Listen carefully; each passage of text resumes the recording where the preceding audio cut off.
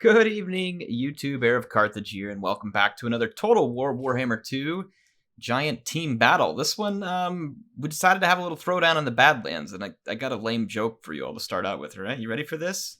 You can pre-cringe if you need to. So what do you call it if Grimgor has an illegitimate child with High Queen Khalida? It is a tombskin.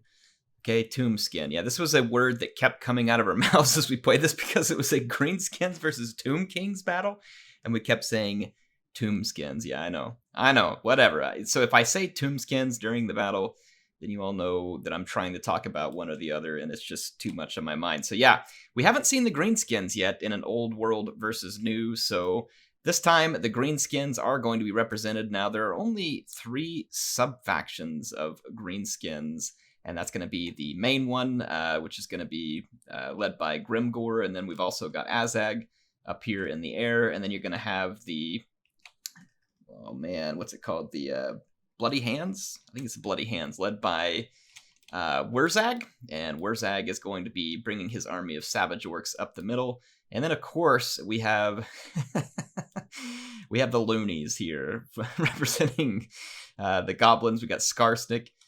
So yeah, we got a lot of fun. So we got all the Gobbo loonies you can handle here. In fact, there's a huge line of Night Gobbos and Goblins just Vanguard deployed for your entertainment, and it should be a lot of fun. Now, as for the rest of the armies, there's a whole bunch of cavalry for, I believe this is, Grimgor's army, or it's either Grimgor or Azag. I don't remember who was who. I think Grimgor is the one that's got all the big uns.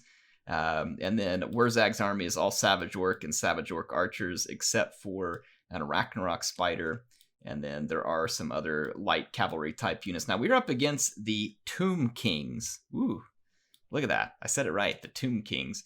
And this is going to be an interesting one. Tomb Kings got a huge couple of buffs during the last patch. Now, Sepulchral Stalkers, I don't remember exactly what happened, but I know that Necropolis Knights did get some buffing. They cost more, but they did get some buffing. And then Casket of Souls got some major improvements and is extremely effective now. And there are multiple Casket of Souls units, including Katep, who's the leader of the Soul Brothers here, I guess. So there's at least 3 of those. And then there are a couple of Bone Giants that are standing across Shabti with Great Bow. And you can see that the Tomb Kings have gone with just a scattered line formation. The map gave them a high position and they deployed in it. We instead figured that they would deploy in a more standard frontline type battle, which is why we have all of our Gobbos over here hoping to catch them on a flank, but there is no flank, and now we have to reposition in the face of massive artillery fire. And you can see with all of the sub-factions that are brought here, we're going to have Archon, we're going to have Cetra, Katep, and High Queen Khalida, so it is going to be a mess on our hands, and there are some monsters and monstrous cavalry here to support. Let's get the battle underway, folks. So as the battle kicks off, obviously the Bone Giants, yeah, I know, Bone Giants, put these guys on a thumbnail and it's a guaranteed success. For whatever reason, people love Bone Giants. I do too. I don't know if they're fun. But in any case, we're going to see the Casket of Souls open fire, and it is going to be ugly. Was that friendly fire from the Casket of Souls? I think that was friendly fire from the casket. I was wondering in the battle what had killed these Hex Wraiths, and sure enough, it's magic damage. Wow. We got lucky there. We definitely got lucky there, but you can see over here there's a whole bunch of Thief Robbers chariots that are going to be facing off against this flank, and we're falling back amidst an absolute hail of artillery fire, and falling back, repositioning, and it is just not good. There's going to be a huge, huge swing that we have to overcome here in the sense that our troops are way out of position and now have to go all the way across a wide open flat map while under fire from some devastating artillery. Yeah, in case you didn't know it, Casket of Souls is good. If you are picking Tomb Kings and you expect to go against any amount of archers or infantry, a Casket of Souls will absolutely pay off. Look what it just did to a cavalry unit. They're good versus almost everything. And so, yeah. Anyway, Azag is getting way overzealous here, and he's gotten engaged very close to some Sepulchral Stalkers. Not a place where he wants to be, and he is going to be able to get out. Very fortunate for the Greenskins, because he just got hit with Uskef's Desiccation. We're going to just take a look around the battlefield here. You can see that the Greenskin army is just being hammered by the Tomb King's position. And there are some Moon Howlers that are trying to do a little bit of distraction, get some units to bite.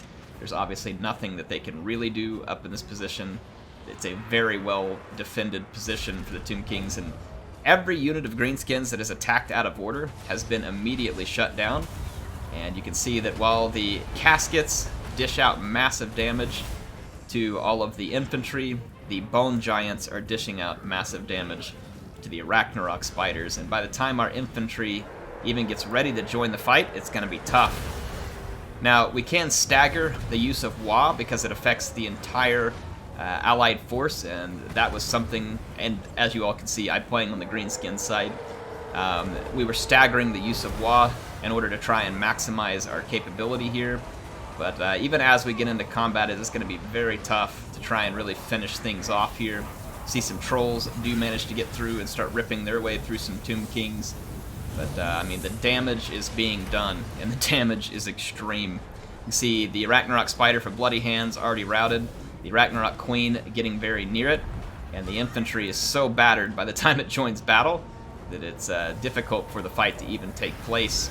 Now over here, despite getting a supported engagement, you can see these Necropolis Knights with halberds, very tough, but a Spirit Leech, nice call here by Azag, and it can actually help kill individual units, so nice engagement there, though the cavalry engagement has not gone well on the other flank. It's gone very poorly, in fact.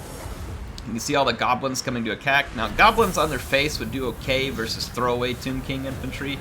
If you start throwing some terror in there, not to mention the casket fire, and the casket fire is extreme at this point, folks. It is extreme. See some Ushabti coming back, and then we got the Realm of Souls healing going on. Here's the caskets and the Bone Daddies, and you can see the Scorpions working the match. I just want you all to get like a overall view of this epic battle here. The Tomb Kings have a commanding position, and they are utilizing it well. Their deployment was really spectacular with the staggered line, forcing us across the map into massive fire. The Greenskins are fighting with everything they've got, but you can see already on the power bar, losses mounting. There's been some massive losses, over 1,000 troops lost to only 700 for them. So we are taking extreme losses. Very nice foot of Gork there on a stationary unit of skeleton horsemen. Almost may have been better up in here, though, with all those Tomb Guard with halberds. But still, nonetheless, it got the job done. We do have one Ragnarok Queen over here for the Goblin Force, but it gets frozen into position here by a net of Amontok. A Lich Priest Lore of Light is never a bad decision. Can hold units in place, and that's exactly what happens here. It gives the Scorpion time to come over and try and pin it down while further support's coming. And there are some regrouping Greenskin units. The Savage Orc Air Boys are trying to pour in some fire, get some work done, but I mean, the relentless onslaught from the Tomb King's units and their artillery, as you can see, is causing many units to break or have to fall back before they can really even get into a fight. Now, early on, Waaagh did help take out a Tomb Prince very well with his effigy to get. You can see here, look at Skarsnik just getting plowed off the battlefield by Settra the Imperishable. Skarsnik's like, dude, I can't run any faster, look at my legs. Settra finally gets pinned, but there's not many people around to really punish him. Waagh's gonna go for it, but there were really no other lords around to even help. But if we didn't, then Skarsnik was going to be gone. And despite some very valiant efforts here by the Gobos, they just could not overcome everything over here. I mean, getting past a Kimrian War Sphinx, leadership support, Hex Wraiths, Tomb Scorpions, and that is a bridge too far for most, not to mention poor little Gobos being completely overmatched. Now, Waaagh tried to take the fight here. He's got all kinds of buffs, but just really not getting through to Settra. Settra being meant to be empty infantry, not really mattering here because he's just dishing a lot more damage than Waaagh, and he has a lot more armor, so regardless, Settra is able to hold out there. Shows you what a tough unit he is. There are some Savage Orcs here left for the Bloody Hands, but yeah, going up against Settra as infantry with all the Sepulchral Stalkers around too, that's a fight that's not going to last real long. You can see this fire support's there, and at this point it is really just a mop-up operation for the Tomb Kings. They have absolutely stifled the Waaagh here, with a brilliant placement and choice of artillery, and really nice positioning of their infantry on the high ground. And you're going to see the Tomb Kings really putting together a very well fought battle. Caskets of souls up here. Even though they're being attacked now, it's really too late in the fight. Let's take a look, by the way, at some of these. Look at that, 44 kills on this one here. Let's see, where is the others? We got another one back here. Katep's got 103 kills, 125 over here, 193 on that casket. So there were 4 caskets, maybe more, because I may have missed another one somewhere, but just brutal kills on the caskets, and to really seal it off. How about a banishment to send us on our way? So yeah, Waaagh no more, folks. The bone giants and the caskets ruled this battle from start to finish. So chalk one up for Team New World after having seen Team Old World pull off the victory last time, not this time. So yeah, I was representing the bloody hands there, and I just got my face bloodied more than anything. But nevertheless, Waaagh did get a little work done, but very little for the rest of his army, as they were absolutely crapped on by bony boys in the deserts today. You can see Azag here, or sorry, Grimgor. Grimgor getting a little damage done. He helped Waaagh early on just annihilate a Tomb Prince. We didn't get to catch it, but obviously he is a beast under the right circumstance. We used effigy to get, and then Grimgor came in, and that guy was dead in about 2 seconds. But the focused army here for Grimgor not able to really get, I mean, none of us got anywhere on my side. And then as far as the cavalry fight, despite having a large number of units to try and be mobile and be anti-large, because of the deployment of the Tomb Kings, this cavalry became kind of pointless. There's no way it can get behind the Tomb Kings. And then it's where it is forced to engage, it has to go through artillery fire, and it can't really engage the Tomb King's cavalry without the Tomb King infantry supporting, because the cavalry for the Tomb Kings just has to sit behind that infantry formation while we're forced to attack. So it puts them at a major advantage. I love Angel Crab's army here, by the way, with all these gobos. He insisted that it had to be an all-gobbo army, and I agree with him. When you're going to be playing with Skarsnik, it's got to be gobos, and so he done right by me, regardless of whether it was a victory. And if we take a look over here, Crazed coming in with Grand Hierophant Katep, getting some nice kills. Fun army here that he has. Lots of skeleton fodder able to hold back. We got Transmitter again, just really wreaking some damage here. Look at these Venom Knights. And then the Casket of Souls, just brutal work from Khalida. And if you think about it, this army makes a lot of sense from Khalida. It's just a little bit to protect the range units. Khalida buffs range units.